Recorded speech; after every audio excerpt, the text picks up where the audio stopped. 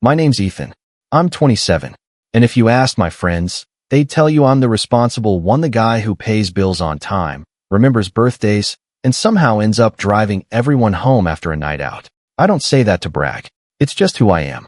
My family, on the other hand, has always seen my sense of responsibility as something to take advantage of rather than respect. My younger brother, Caleb, who's 23, is practically the opposite. He's charming, reckless, and somehow always gets away with whatever trouble he stirs up.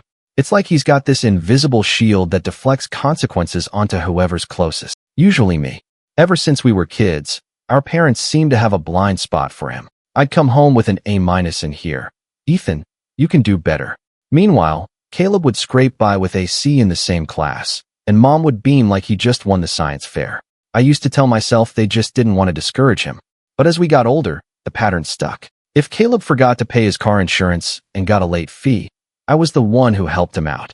If he borrowed money and never paid it back, Mom would give me that guilty smile and say, "He's just finding his footing, sweetheart.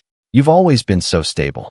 Translation: be the bigger person again. Last weekend was when it all started spiraling. I had just gotten home from a brutal week at work, 12-hour days, 3 project deadlines, and barely any sleep. I tossed my wallet and keys on the kitchen table, grabbed some water, and went to crash in my room for a quick nap. I didn't even think twice about leaving my credit card out. After all, it was just us in the house, and I'd been doing that for years. When I woke up, I noticed my wallet looked thinner than usual. My stomach sank as I checked inside. The card was gone. At first, I thought maybe I had misplaced it. Maybe I left it in my car or jacket pocket. But then I heard music blasting from Caleb's room. Not just music laughter, the kind of laughter that sounded like he'd just won the lottery. I knocked on his door, and he opened it with this smug grin plastered on his face. "What's up, big bro?"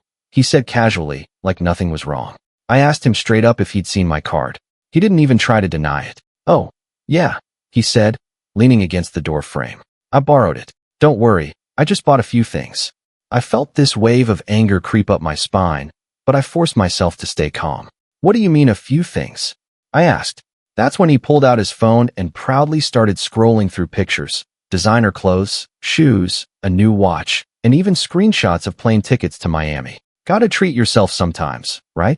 he said, like he was quoting some motivational poster. I stared at him in disbelief. "You maxed out my card?" I asked, my voice sharper than I intended. He shrugged, completely unfazed. "Relax. It's not the end of the world. You make good money.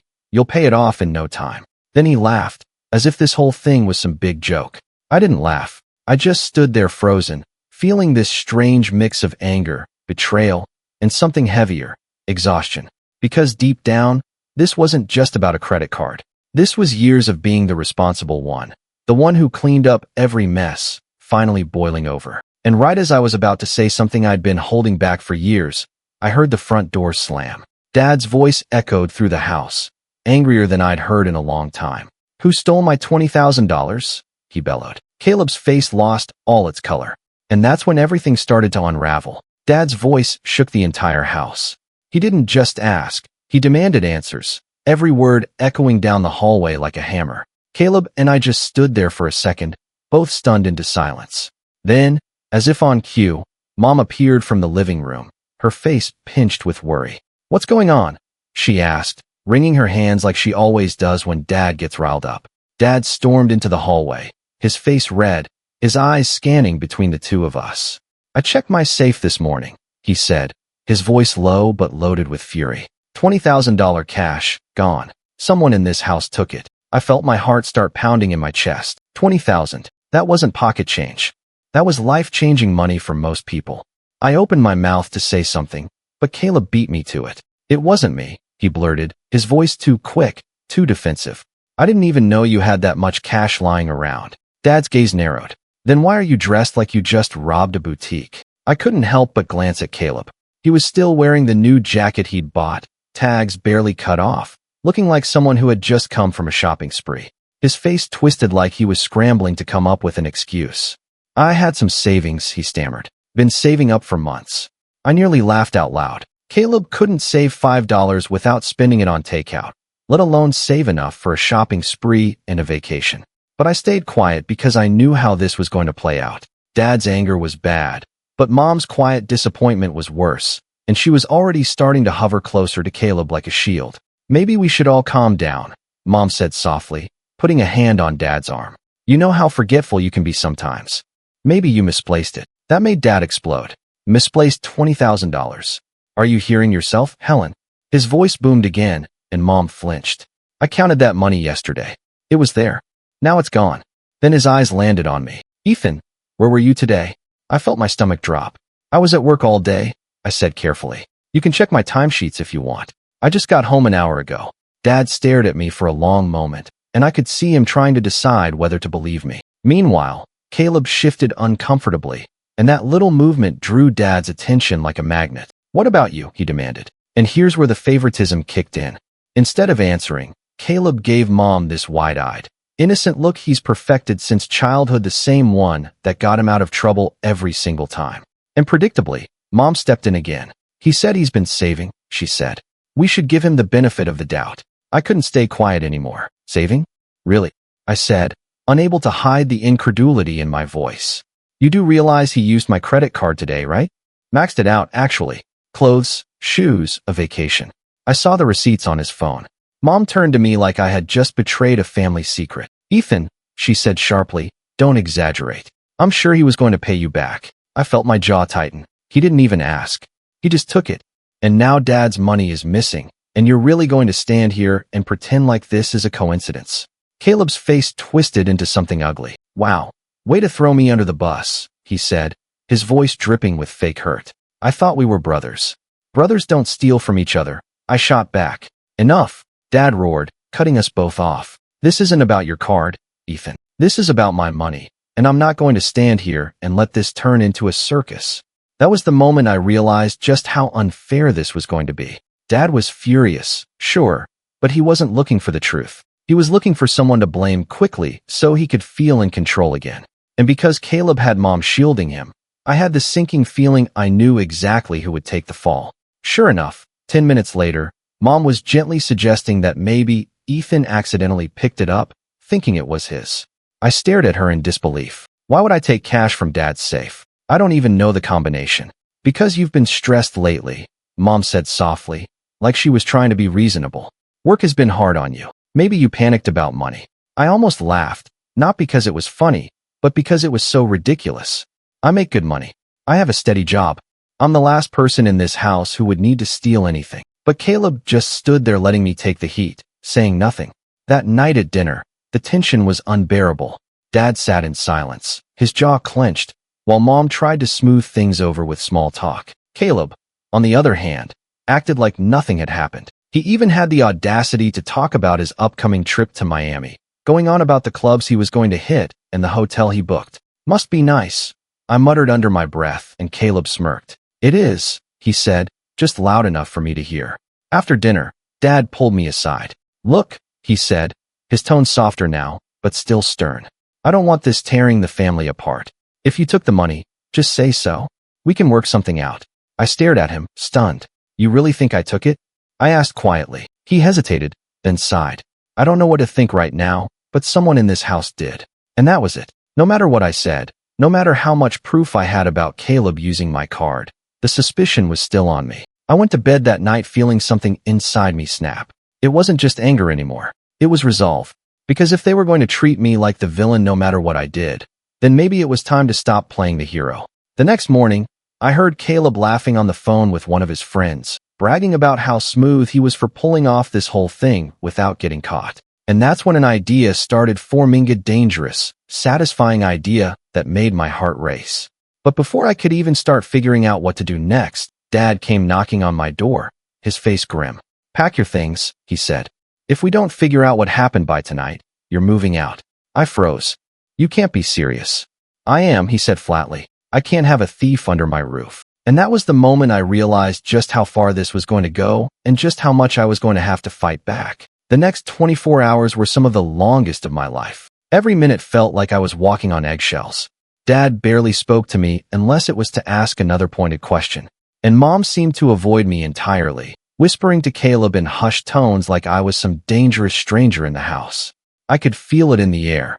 The verdict had already been decided, and I was guilty until proven innocent. I went to work that day with a pit in my stomach, trying to focus, but constantly checking my phone in case something blew up at home. When I finally got back that evening, I noticed something strange. My bedroom door was slightly ajar. I never leave it like that. My chest tightened as I pushed it open. Inside, my room looked like a hurricane had hit it. Drawers pulled out, closet rifled through, bed turned over.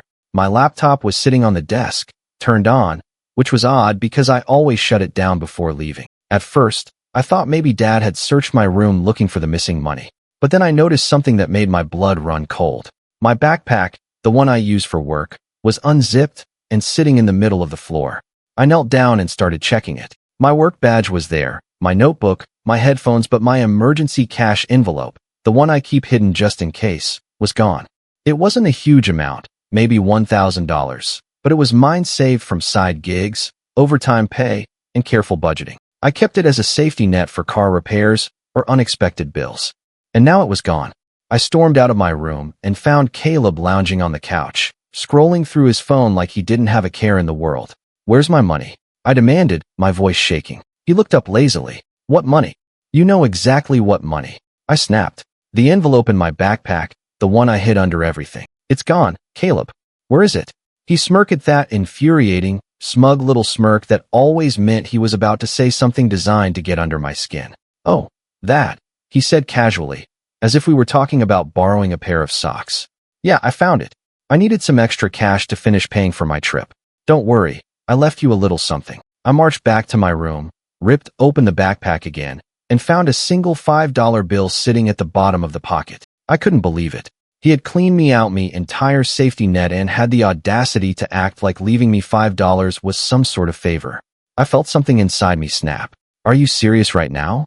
I shouted, storming back into the living room.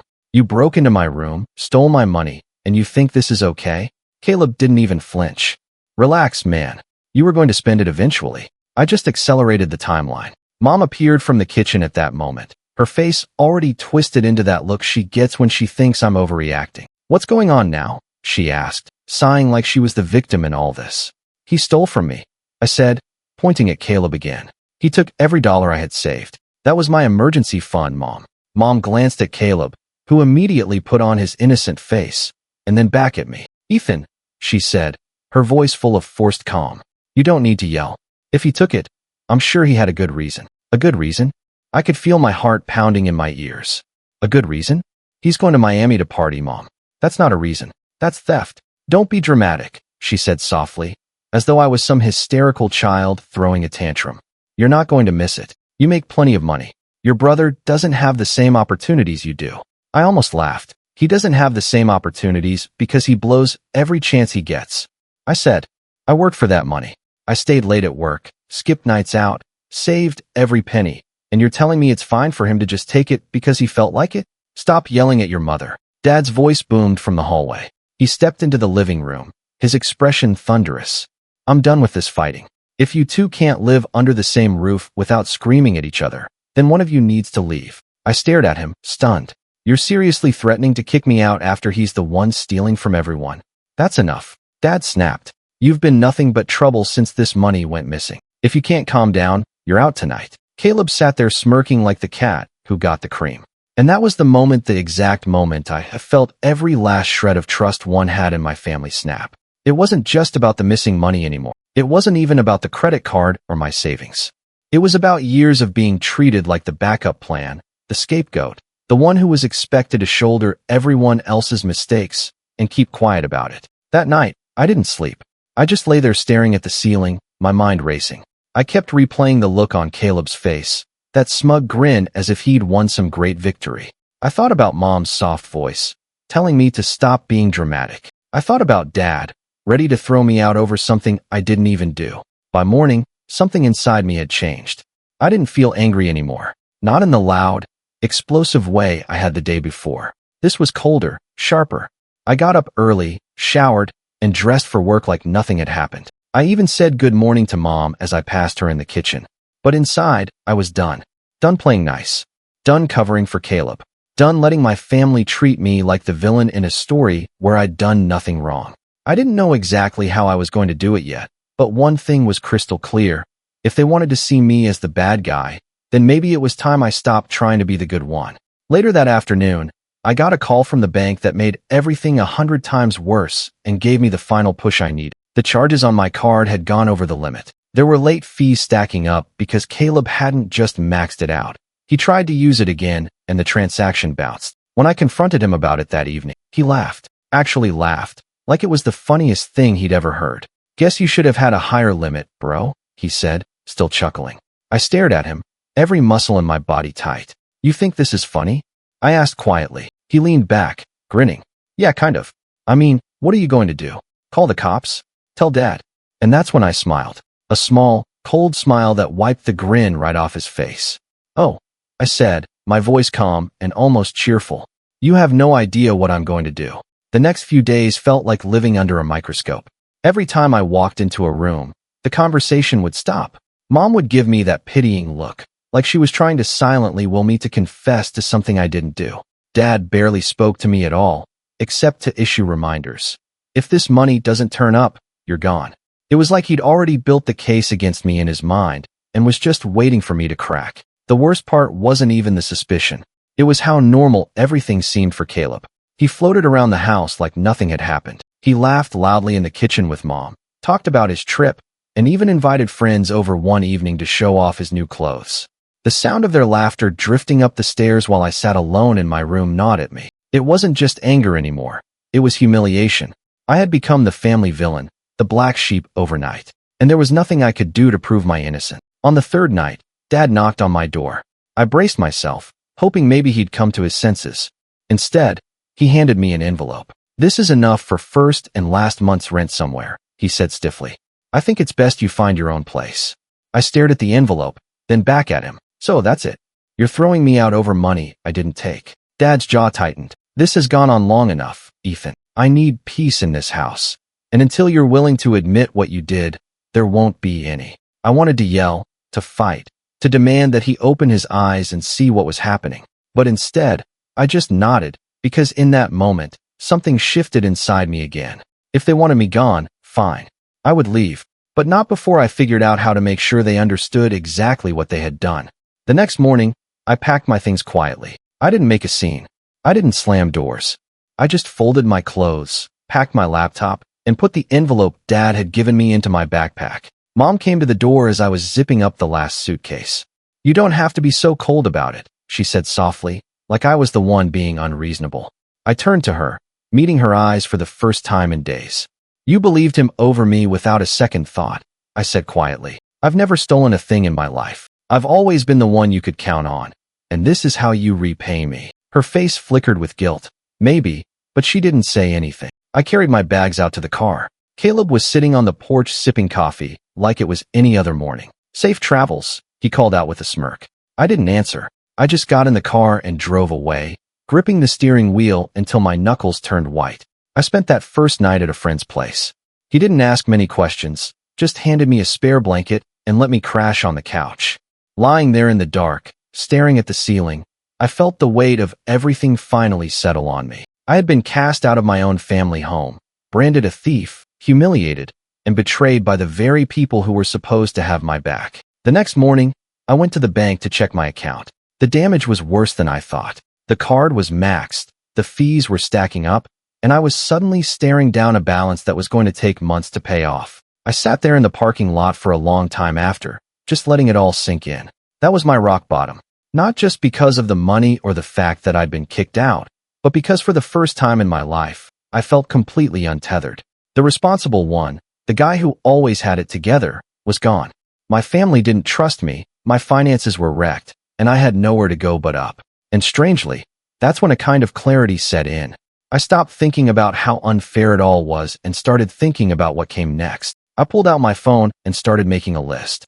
Not of revenge, not yet, but of everything Caleb had taken from me. The card charges, the cash from my backpack, the laptop he borrowed and never returned months ago, the tools from the garage he had sold without asking. I wrote it all down, line by line, until the screen was full. Then I started another list. Every time my parents had blamed me for something that was actually his fault. Every time they had covered for him. Every time I had been told to be the bigger person. It wasn't just about money anymore. This was a pattern, years of being pushed aside, gaslit, and used as the scapegoat. When I looked at those two lists side by side, something hardened in me. I wasn't just going to walk away from this. I was going to make sure this pattern stopped with me. Over the next week, I kept my head down.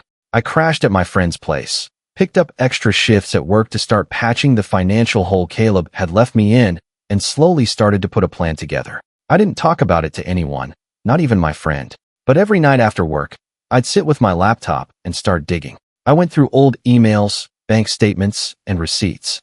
I started pulling together a timeline of Caleb's spending, not just what he had taken from me, but his entire pattern of behavior. I combed through every overdraft, every suspicious purchase, every time Dad had mysteriously had to cover for him. Piece by piece, I built a picture that was impossible to ignore. And the more I found, the calmer I felt. It wasn't anger anymore. It was focus.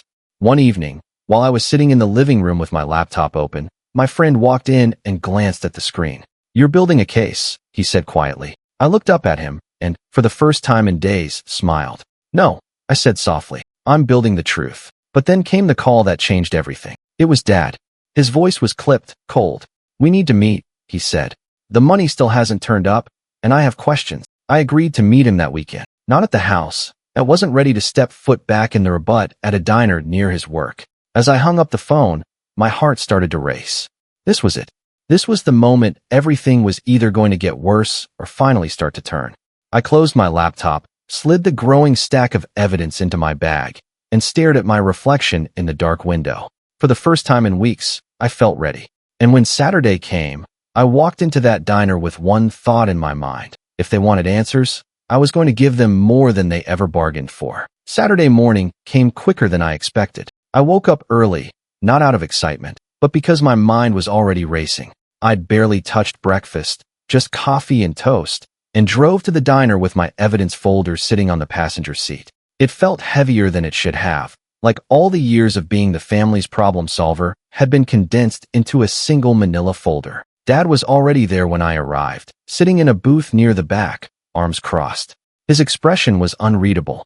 I slid into the booth opposite him and set the folder on the table. "Before you say anything," I began, my voice calm, "I didn't take your money. I never did." He stared at me, his jaw tight, but he didn't interrupt. I opened the folder and started laying out the printouts and receipts I had collected. Bank statements showing the credit card charges from the exact time I was at work, screenshots of Caleb's social media posts bragging about his shopping spree, photos of items he'd bought that were now sitting in plain sight at the house. At first, Dad's face didn't change. But as I kept going, adding in the dates, the charges, even the ATM withdrawal that matched the cash missing from my backpack, I saw the anger start to drain from his expression, replaced by something else, realization. "Ethan," he started, but I held up a hand. "There's more," I said, flipping to the second half of the folder. This was the part that went beyond me. The list of times Caleb had borrowed money from them, wrecked the car and blamed it on someone else, skipped payments that Dad had to cover, and even pawned off Dad's old guitar once to buy concert tickets. When I finished, there was a long silence between us. The clatter of plates and chatter of other diners felt strangely distant. Finally, Dad sighed and leaned back in the booth. "I should have seen this," he said quietly. "I wanted to believe," he trailed off, rubbing a hand over his face. "I'm sorry, Ethan. I should have believed you." Those words landed heavier than I expected. I'd been waiting to hear them for days, maybe even years, and now that I had, they didn't feel like enough. "Sorry doesn't get my money back," I said quietly. "Or fix the fact that you kicked me out without proof." "I know," Dad said. He looked older than I'd ever seen him. "I can't undo what's been done, but I can make it right going forward." I nodded slowly, but I didn't commit to anything. I left the diner that day not angry, but not satisfied either. It wasn't about Dad anymore. Not fully. The truth was out, but Caleb was still living in that house, still laughing, still getting away with everything. That was the day I decided I wasn't just going to clear my name. I was going to change everything. Over the next few weeks, I threw myself into work. I picked up overtime, volunteered for extra projects, and even negotiated a small raise after presenting my boss with a cost-saving idea I'd been sitting on for months. My paychecks got bigger, and for the first time since the card fiasco, my bank account started to look healthy again. Outside of work, I started getting serious about my future. I moved out of my friend's place and into a small but comfortable apartment closer to downtown. It wasn't much, but it was mine. No one could barge in and rifle through my stuff. No one could accuse me of anything.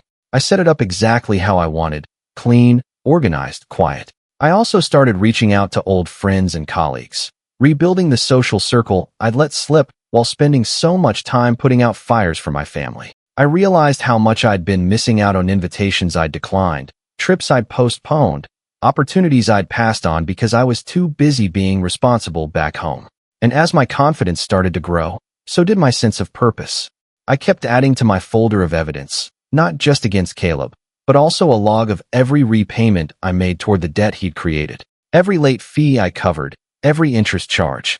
I wasn't just planning to confront him anymore. I was building a case so airtight that when the time came, there'd be no escaping it. Then came the call from Mom. She sounded nervous, like she didn't know how to start. "Your father told me about what you showed him," she said. We didn't realize how bad things had gotten with Caleb. We thought we were helping him by protecting him, but I see now we were just enabling him. I didn't say anything right away. I let her words sit there. "I want you to come by the house," she said finally. "We need to talk as a family." I agreed, but this time I didn't go as the guilty, apologetic son.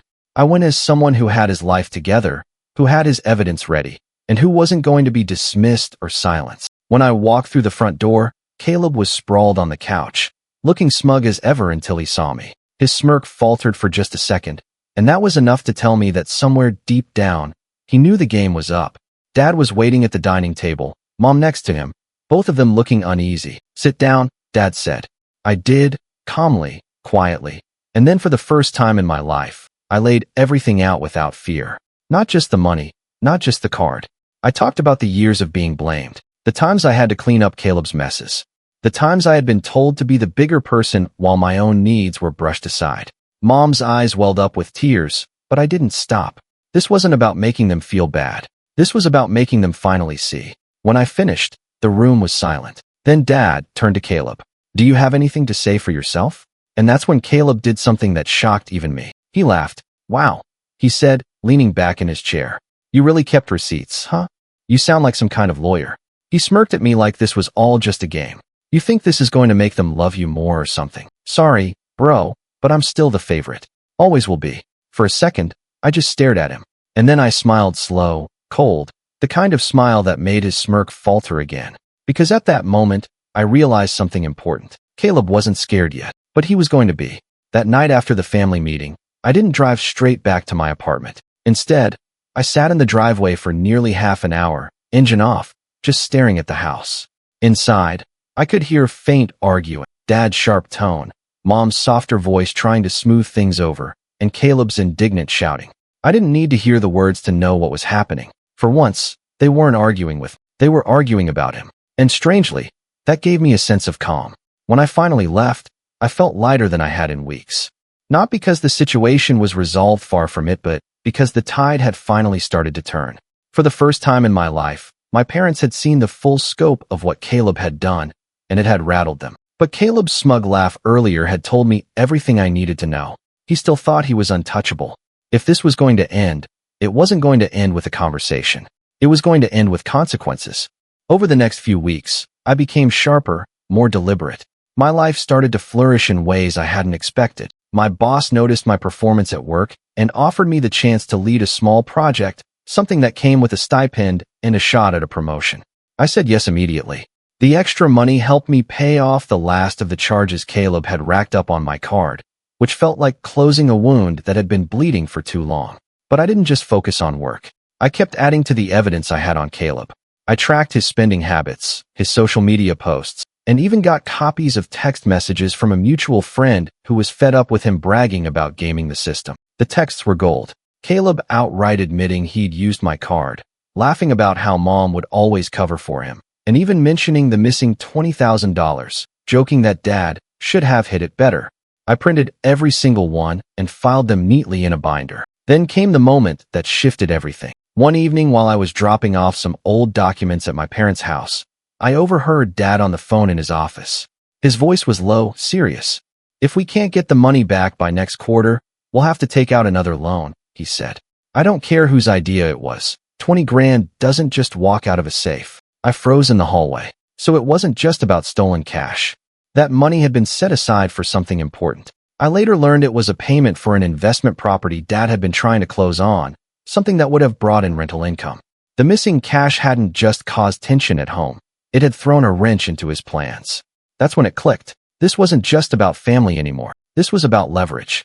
If I could find where that money had gone, if I could prove exactly what Caleb had done with it, I wouldn't just be clearing my name. I'd have the power to force real change. I started digging deeper. I combed through bank statements looking for cash deposits that matched the timeline. I even pulled credit reports, legally, since I had access to my own, and started piecing together where Caleb might have gotten the funds to pay for certain things. Then I got lucky. Through one of Caleb's friends, I learned that he had been bragging about booking a luxury suite for Miami and paying in cash to avoid a paper trail. That sent me down a rabbit hole of phone calls and emails to the hotel until I finally got confirmation. The deposit amount matched almost exactly what had gone missing from Dad's safe. I had him, but instead of rushing to show my parents, I sat with that knowledge for a while. There was a strange satisfaction in knowing I finally had all the pieces. Every time Caleb posted another smug selfie on social media, every time he flaunted a new purchase, I just smiled, because now I knew I could pull the rug out from under him whenever I wanted. I used that time to get my own life fully in order. I boosted my savings, started working out again, and even reconnected with some college friends. My world, which had felt so small and suffocating a month ago, was starting to expand. And the better I felt, the clearer my plan became. When Dad called me a week later and asked if I'd found anything else, I told him calmly that I had. I know where the money went, I said. There was a long pause. Are you going to tell me? Not yet, I said evenly. I think Caleb needs to hear it first. All of it. And that was when I set the date. The following Saturday, I called a family meeting, this time on my terms. I told them to come to my apartment, not the house. I wanted them on neutral ground, in my space, where I controlled the conversation. When they arrived, I had everything ready, the binder with all the evidence, the screenshots, the hotel confirmation. I had even printed out a summary sheet, a clean, bullet point list that showed the exact amount Caleb owed me personally, plus what he had stolen from Dad. Caleb came in last, still wearing that lazy grin. So, what's this about? He asked, glancing around my place like he was inspecting it. Wow, nice apartment. Guess you're doing okay after all. I didn't rise to the bait. I just gestured for him to sit down. Mom looked nervous. Dad looked grim. This, I said, placing the binder on the table, is the truth. And tonight, we're going to read every page. For the first time since this all began, Caleb's grin faded completely. I could see the unease starting to creep in, and I hadn't even opened the binder yet. The room was so quiet, I could hear the hum of my refrigerator. Caleb shifted in his chair, clearly trying to look bored, but the slight twitch in his jaw gave him away. Mom sat with her hands clasped together, glancing nervously between us. Dad just stared at the binder on the table like it was a bomb waiting to go off. I took my time opening it, not because I wanted to be dramatic, though part of me did, but because I wanted them to feel the weight of what was coming. Every page I turned felt like a hammer dropping. This, I said calmly, sliding the first set of pages across the table, is a list of every charge made on my credit card on the day it went missing from my wallet. Each one has a timestamp that matches the hours I was at work. The bank confirmed the transactions came from my card. And if you'll notice, I flipped to the next page. Several of these purchases match photos you posted online, Caleb. The jacket you're wearing right now, the sneakers you bragged about on Instagram all purchased on my card. Caleb's face darkened, but he didn't say anything. I turned to the next section. This, I continued, is a record of the cash I kept hidden in my backpack, gone the day after I confronted you about the card. And here, I pulled out a printed screenshot of a text exchange between Caleb and one of his friends. Is you bragging about how you scored an extra $1,000 from me because I was too uptight to notice. Mom sucked in a sharp breath. Dad's expression hardened. And finally, I said, flipping to the last section, this is the deposit slip from the hotel in Miami where you booked that luxury suite. The amount matches exactly what went missing from Dad's safe, to the dollar. I let that hang in the air for a moment before sliding the summary sheet across the table. In total, you owe me just over $6,400 personally, plus the $20,000 you stole from Dad. That's $26,400 you've taken from this family, and tonight you're going to pay it back, one way or another. Caleb scoffed, though his voice cracked slightly. Or what? You going to call the cops on me? Have me arrested? I leaned back in my chair, my expression calm. If that's what it takes. But I'd rather settle this here, quietly, without police reports or court dates. Because I have enough evidence here to file a fraud claim with the bank, a police report for theft, and to freeze your accounts while the case is investigated. And you know what happens then, Caleb? You don't go to Miami. You don't go anywhere. For the first time, I saw fear flash in his eyes. I'm giving you a choice, I said. You can make this right. Transfer the money, sell whatever you need to, do whatever it takes. Or we take this public, and you'll be explaining to everyone why your own brother had to press charges just to get his money back. Mom opened her mouth to speak, but I held up a hand. No, this isn't negotiable. I've spent my entire life being told to be the bigger person, to let things go, to keep the peace. And where has that gotten me? Kicked out of my home, paying off someone else's debt, treated like a criminal. Dad's voice was quiet but firm. He's right, he said, turning to Caleb. This is on you. Caleb's smirk was gone completely now. He sat there staring at the binder like it might bite him. I don't have that kind of money, he muttered. Then figure it out, I said, my tone still calm but edged with steel. Sell the car. Sell the clothes. Sell whatever you have to. You have 2 weeks. After that, I go to the police. The silence stretched on so long it felt suffocating. Finally, Caleb stood up, knocking his chair back. This is insane, he snapped. You're ruining this family over money. I stood too, meeting his glare head on. No, I said evenly. You ruined this family when you decided that everyone else's hard work was your personal piggy bank. He stormed toward the door, but Dad's voice stopped him cold. Sit back down, he said sharply. You're not leaving until we figure this out. That was the first time I'd ever seen Dad take my side so decisively, and it felt good, powerful even. For the next hour, we went through every item on the list, line by line. Caleb tried to argue, tried to claim some purchases weren't his, but every time I had a receipt or a screenshot ready. By the end, there was no denying it. Not for him, not for my parents. When we were done, Caleb slumped back in his chair, pale and furious. Fine, he muttered. I'll get the money. You'll get all of it, I said. And you'll do it without borrowing from Mom or Dad. This is your mess to clean up. He glared at me, but he didn't argue. As they left my apartment that night, Mom looked at me with tears in her eyes. I'm sorry, Ethan, she said softly. We should have believed you. I didn't say anything. Not because I didn't appreciate it, but because I knew this wasn't over yet. Because revenge, I realized as I closed the door, isn't just about payback. It's about changing the balance of power forever. And this was only the beginning. 2 weeks can feel like a lifetime when you're waiting for someone to make good on a promise. Every day after that family meeting, I half expected a call from Caleb begging for more time, or, worse, some new drama meant to deflect attention away from what he owed. But to my surprise, he went quiet. Almost too quiet. I stayed focused on my own life, determined not to let him drag me back into the chaos. My work project hit a milestone, and my boss commended me in front of the entire team. I even started going to the gym regularly, finding a sense of routine I hadn't had in years.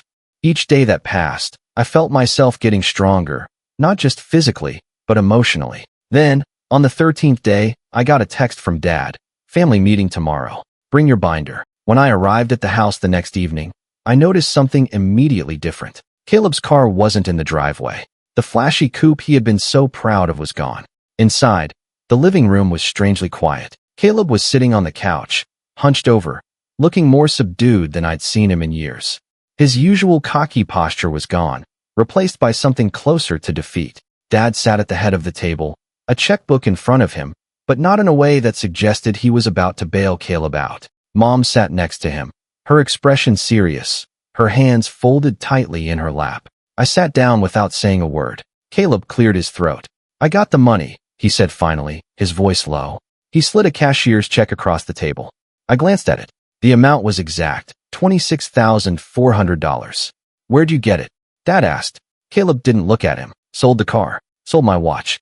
Sold other stuff. Dad nodded, not looking smug or proud, just tired. Good. This is what accountability looks like. I picked up the check, slipped it into my folder, and looked at Caleb. This pays off the debt, I said evenly, but it doesn't erase what happened. I won't be covering for you again. Ever. Caleb flinched at that, and for a moment, I thought he might snap back with one of his usual sarcastic remarks. But instead, he just nodded once and stared at the floor. Mom reached out, placing a hand on my arm. Ethan, she said softly, I know we can't undo the way we treated you, but I want you to know we see you now.